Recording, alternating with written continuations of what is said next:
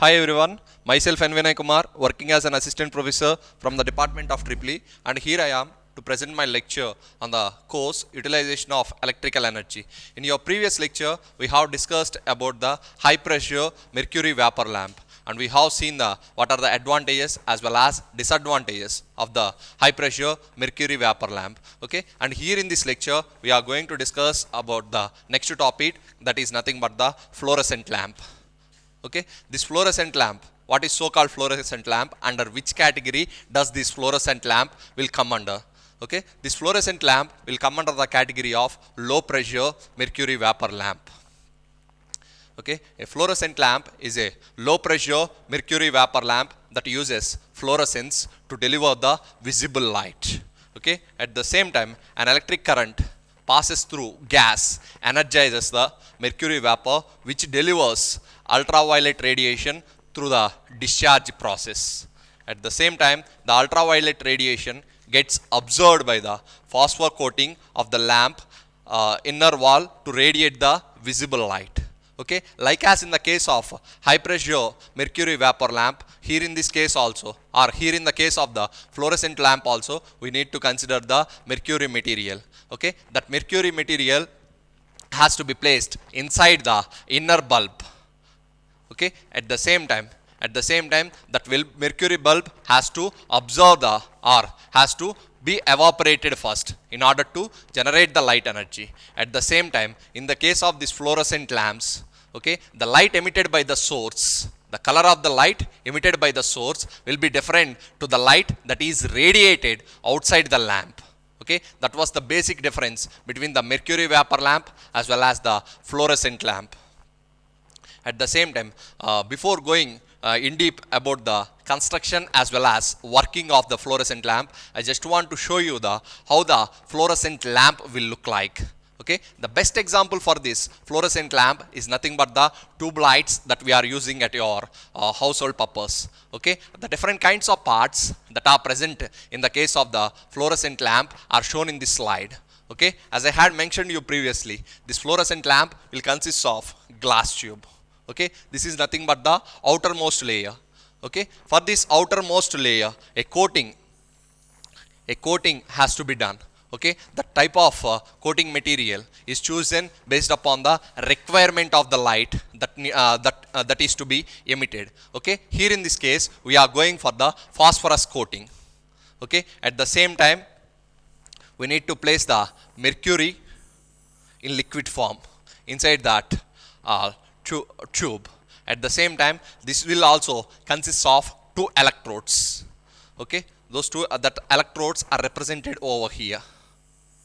Okay, and just to have the protection for that electrode, a shielding was placed. That shield is nothing but the cathode shield. Okay, at the same time, the outermost cap is made up of the aluminum material, which was indicated over here. Okay, and at the same time, from the both sides of the lamp, two terminals will be taken outside. Okay, those two terminals will be connected to the electric power supply, that is holders. Okay, this is how the construction of a fluorescent lamp will look like.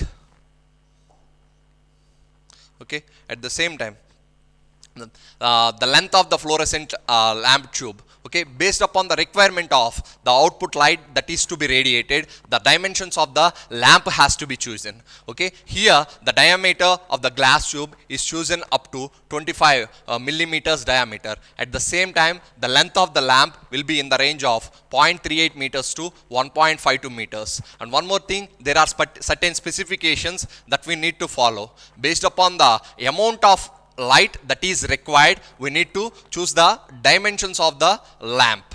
Okay, at the same time, the electrode mount assembles are at both the ends of the lamp. Okay, here these are nothing but the electrode assembles. Okay, and these electrode assembles will be there at both the ends of the lamp. Okay, here I was showing only the half of the cross section of the lamp. Okay, similarly you will be having one more cross section on the left side also. Okay, at the same time, this electrode mounting assembly is almost similar to the is almost similar to the stem press unit in the incandescent lamps. Okay. At the same time, the electrode is similar to the incandescent lamp filament. Okay. Moving on to the next slide, that is small shield are attached to the filament to protect the electrodes. Okay. That is nothing but the cathode shield which was indicated over here. At the same time, the filament is coated with electron emissive materials. Okay, the reason why we need to coat the filament with the electron emissive materials. Okay, here in order to ionize the atmosphere that is present inside the glass bulb, the free electrons are needed. So in order to provide the required amount of free electron, a emissive material has to be coated onto the filament. Okay, that emissive material will have the provision in order to deliver the electrons inside the inner tube. Okay, the same thing was written over there. The filament is coated with electron emissive material. Okay, it becomes capable of providing abundance amount of free electrons. Okay, at the same time, liquid mercury is provided inside the glass bulb. Okay, the reason why we need to provide the mercury is without the mercury, the lighting will not take place. Okay, because of that, we need to place the liquid mercury. And one more thing, while discussing about the operation, you will get the clear picture why we are choosing the mercury material that is only in the state of liquid. Okay, we will see all those things in detail in your upcoming slides. At the same time, phosphor coating is used on the inner wall of the bulb tube. Okay, specifically I had highlighted this point in your previous slides. Okay, the reason why we need to go for the phosphor coating is, okay, here we will be getting the lights with different wavelengths inside the bulb. Okay, and the light which is in the visible range has to be radiated outside. Okay, then what about the remaining amount of light that is generated inside the bulb? Okay, that remaining amount of light has to be absorbed by the coating that is present on the glass tube. Okay, in order to absorb that additional radiations, okay, which is not in the visible range. Hope you all know about the visible range of the light. The visible range of the light will be in the range of 4000 to 7500 Armstrong units. Okay, if the radiated light energy is not in this range, okay, that light need not to be emitted outside. Okay, in order to observe that light which is not in that visible range, the phosphorus coating has been provided for these fluorescent lamps. At the same time, the tube consists of a small quantity of argon gas at a pressure of 2 mm. Okay, here the reason is, inside this glass bulb, an inert gas atmosphere has to be created. Okay, the reason why we are creating this inert gas atmosphere, okay, what happens if we have not created the inert gas atmosphere? For example, let us consider an atmospheric oxygen is present inside the glass bulb. Okay, as there is atmospheric gas present inside the glass bulb, there will be the presence of oxygen. Okay, at the same time, we are handling this lamp at high temperatures or bulb at high temperature. At the same time, the filament will be operated at higher temperature. So automatically, if the filament is exposed to the atmospheric oxygen, okay, an oxidation layer will form. Okay, what happens if an oxidation layer is formed? Okay, if an oxidation layer is formed, then the lifespan of the electrodes will decreases drastically. So that means I cannot afford to keep the atmospheric gas inside the glass bulb. So what I need to do? Either I need to go for the vacuum atmosphere or I need to go for the inert gas atmosphere. Now you will get a question over here. What is the reason behind placing the inert gas or maintaining the inert gas atmosphere inside the bulb? Hope you all know pretty well about this. Inert gas are nothing but the gases which will not react much effectively. Okay, because of that reason, we are going to place the inert gas atmosphere. That inert gas atmosphere is nothing but the combination of various inert gases like argon, neon, krypton. Okay. At the same time, we need to provide that small amount of argon gas at a pressure of 2.55 mm. Okay. At the same time, two pins at each end are taken out of the lamp, okay, through the cap. Okay, those pins are shown over here, and those two pins has to be taken from the both the ends of the lamp. Okay, for these pins only we are going to connect the external power supply. Okay, that is through the holders. At the same time, this is how the fluorescent tube lamp will look like. Okay, in your previous slides also I had shown the picture, but I had not shown the complete picture of the fluorescent lamp. Okay, here I just want to show you the complete picture of the fluorescent tube. This is how the fluorescent tube lamp will look like. Okay, which consists of pins at both the ends, like I had said to you previously. Okay, at the same time, inside the glass bulb there should be an inert gas atmosphere, that is nothing but the argon gas. At the same time, I need to add the little amount of mercury vapor or mercury in liquid form. Okay, in addition to that, there will be the cathode, okay, which will be acting as an electrode. Okay, at the same time, this is nothing but the glass tube. Okay, and this is how the phosphor coating looks like. This is the phosphor coating. Okay, moving on to the next slide, that is other shapes. Okay, not only in the shape that I had shown in your previous presentation, okay, the fluorescent lamp will look like. There are certain other shapes. Okay, and this is how the other shapes that looks like. Okay, a few lamps have the tubes twisted in a circle bigger than U-shaped lamps. Okay, and this is how those lamps will look like with different shapes. Okay, in most of the cases, most of the applications, we are preferring these kinds of the lamp. And one more thing, the operation of this lamp as well as the fluorescent tube lamp that I had shown in your previous slide is same. Okay, there was no difference in the operation of both of these lamps. Okay, but only the shape of the glass tube is different. Okay, at the same time, okay, this is how it look like. Okay, here it consists of a ballast. Hope you all know the reason why we need to place the ballast. Okay, for any electric lamp, either we need to place the ballast or we need to place the choke coil.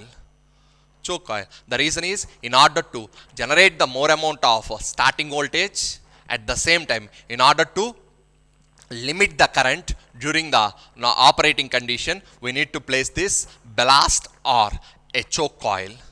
Okay, at the same time, in addition to that, you will be having the electrodes. This is one electrode, and here you will be having the another electrode. Okay, here you will be connecting the power supply, or you will be placing the lamp in the holder. Okay, once if you have placed the lamp in a holder, the electric power supply is connected to the lamp. Okay, and at the same time, we'll see what happens if we have connected the electric power supply while discussing about the working and operation of the fluorescent lamp. Okay, this is how the fluorescent lamp will look like with its auxiliary parts. Okay, here we need to provide the AC power supply. Okay, and as you have provided the AC power supply, that AC power supply will be connected through the ballast and at the same time through electrode. Okay, and in addition to this electrodes, and one more element is present. Okay, that is nothing but the starter. What is the purpose of this starter? Okay, we are having different kinds of starters. Okay, here thermal starter as well as the starter that we are using over here. Okay, at the same time, that starter will consist of a bimetallic strips. And if you have observed the function of a normal tube light, there will be a small device that is so-called starter. Without the starter, even though if you have turned on the power supply to a tube light, the tube light will not be emitting the light energy. The reason is the entire operation of the tube light will be based upon the starter that we have connected over here. Okay, we will see what was its function and all those things in your upcoming slides. Working. Okay, when the lamp first turns on, that means when you have connected the power supply to a lamp, okay, the current will always try to choose the low resistance path. Okay, so the current will be flowing through the ballast as well as electrode as well as starter as well as supply. Okay, that means once if you have connected the power supply which was shown over here, okay, the current will be flowing through this, flowing through the ballast, electrode, starter and supply. That means the current will not be flowing through this tube. And the thing is, if you want to get the light energy, there should be a conduction path or there should be a ionized path between these two electrodes has to take place. But initially at the time of starting, the ionization will not take place. Okay, and at the same time, at the initial condition, only the current will be flowing through the ballast as well as electrode. That means here if you have connected the power supply, the current will be flowing through the ballast and it will be reaching the filament, and from the filament it will be reaching the starter switch, and from the starter switch it will be reaching back to the power supply. But there was no ionized path in between these electrodes. The reason is, if you want to have the ionized path, there should be sufficient amount of voltage. Okay, and one more thing, here you are connecting a power supply of 230 volts. As you are connecting the AC power supply, the AC power supply will have 230 volts. Okay, single phase AC power supply I am speaking. And if you want to ionize the medium that is present in between these two electrodes, a voltage of approximately 1000 volts is needed. Okay, and one more thing, here you will get a question. Sir, how you are going to get that 1000 volts if you are connecting a constant power supply? The 1000 volts will be appeared because of the ballast which I had connected over here. Okay, we will see in detail. At the same time, the electricity heats up the filaments. The electricity will heats up the filaments. Those are nothing but these two filaments.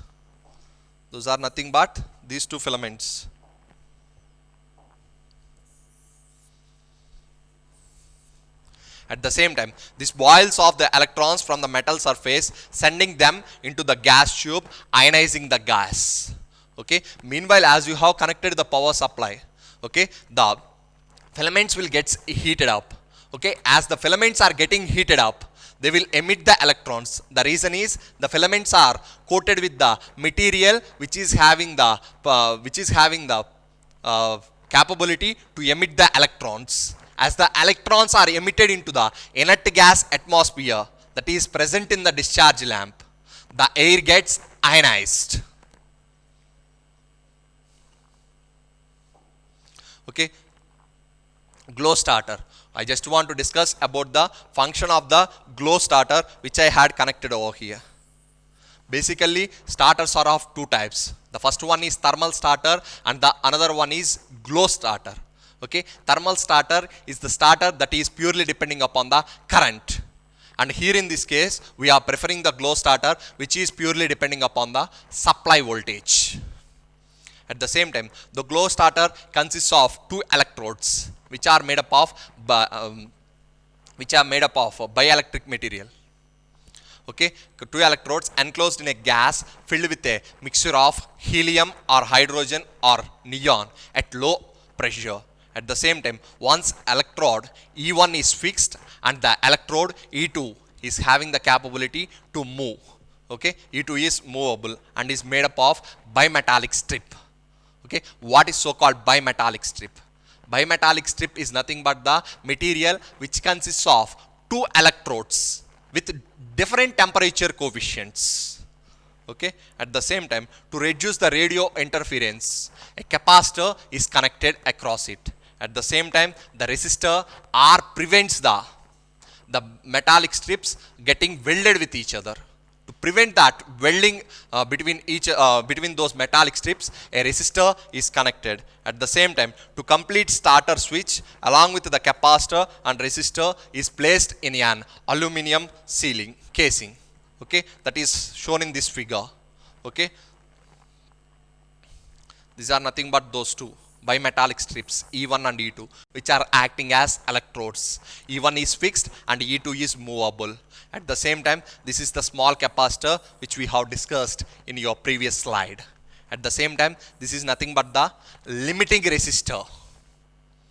Okay, the purpose of this resistor is to prevent those two metallic metals to get welded with each other.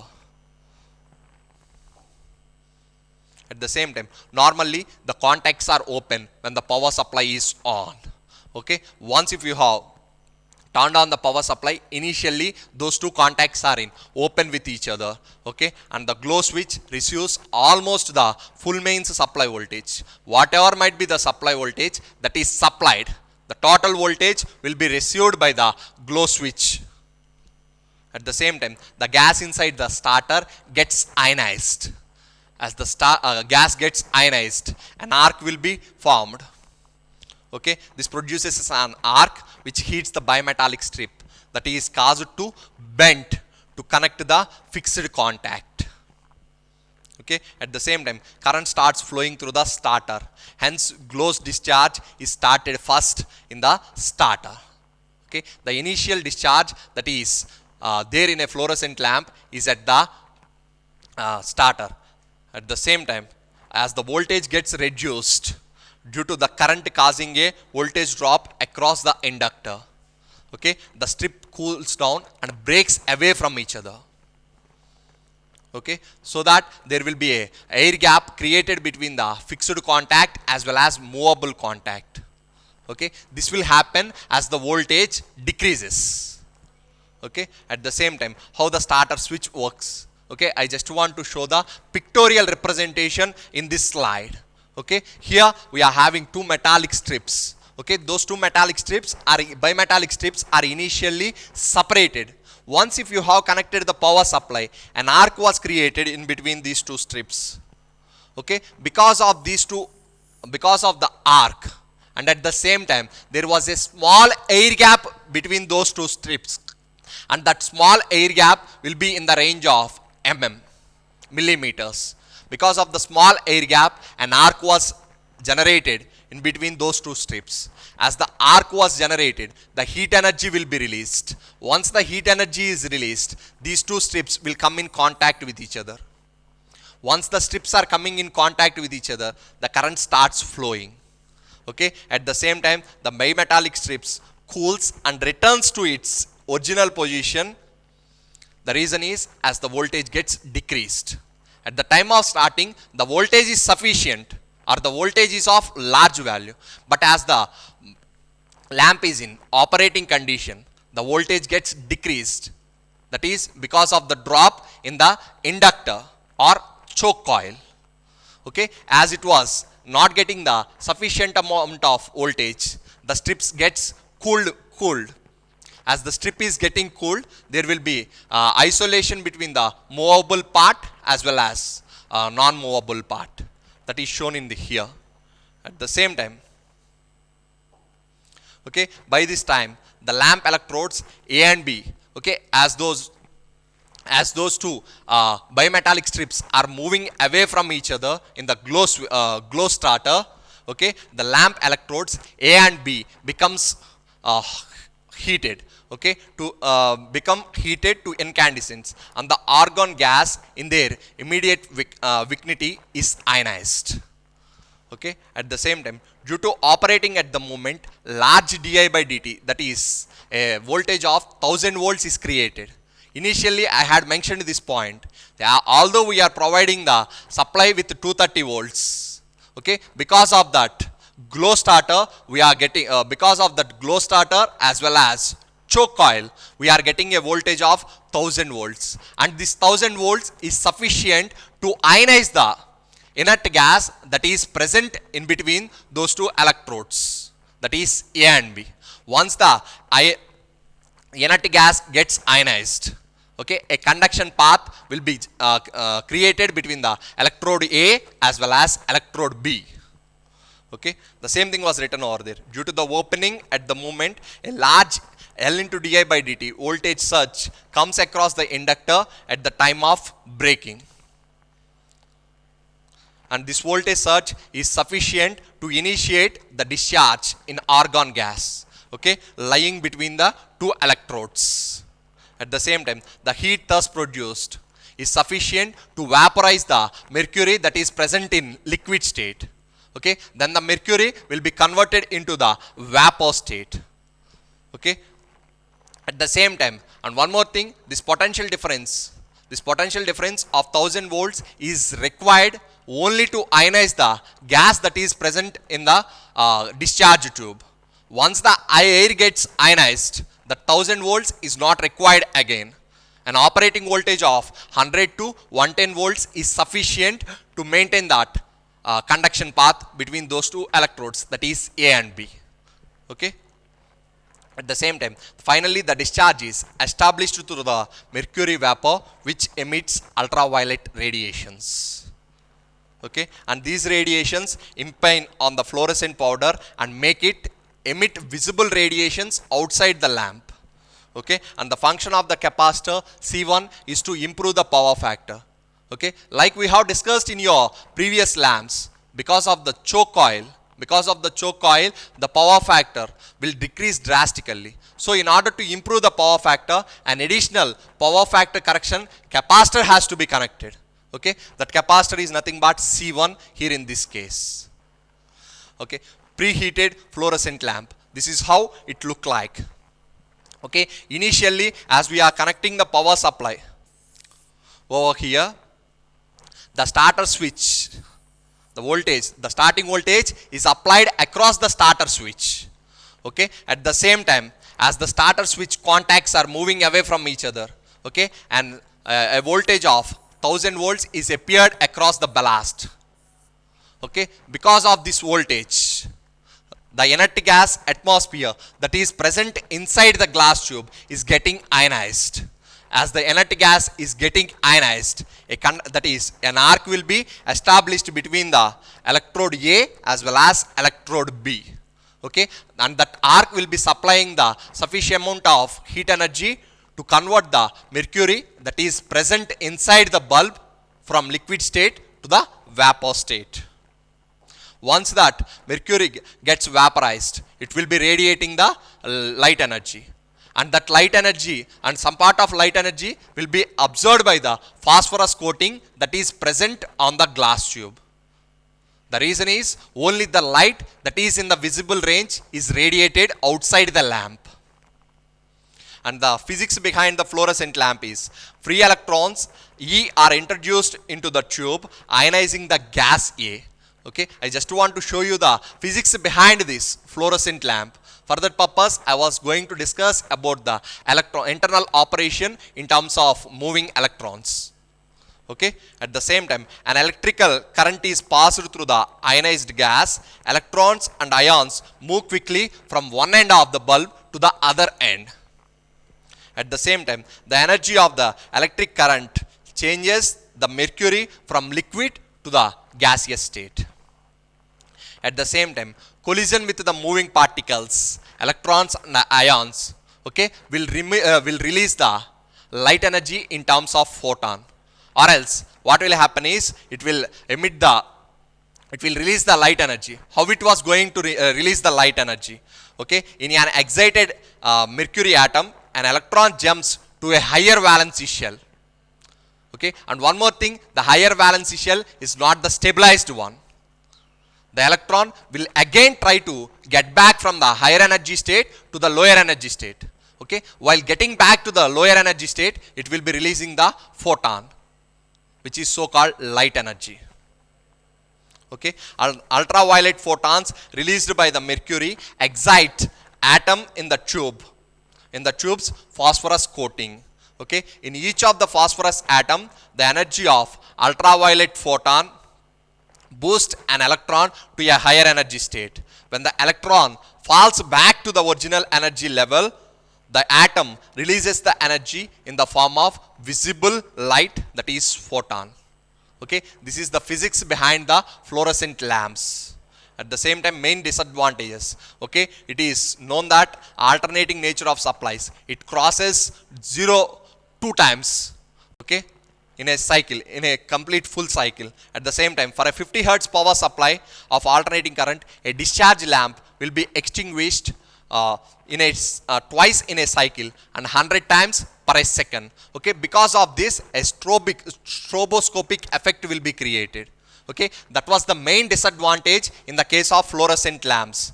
Okay, and at the same time, a human eye cannot identify this extinguishing phenomena.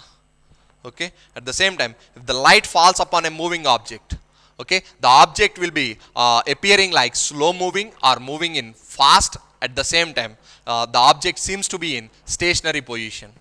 Okay, that is something stationary. And this effect is due to the extinguishing nature of the light, which is so called stroboscopic effect.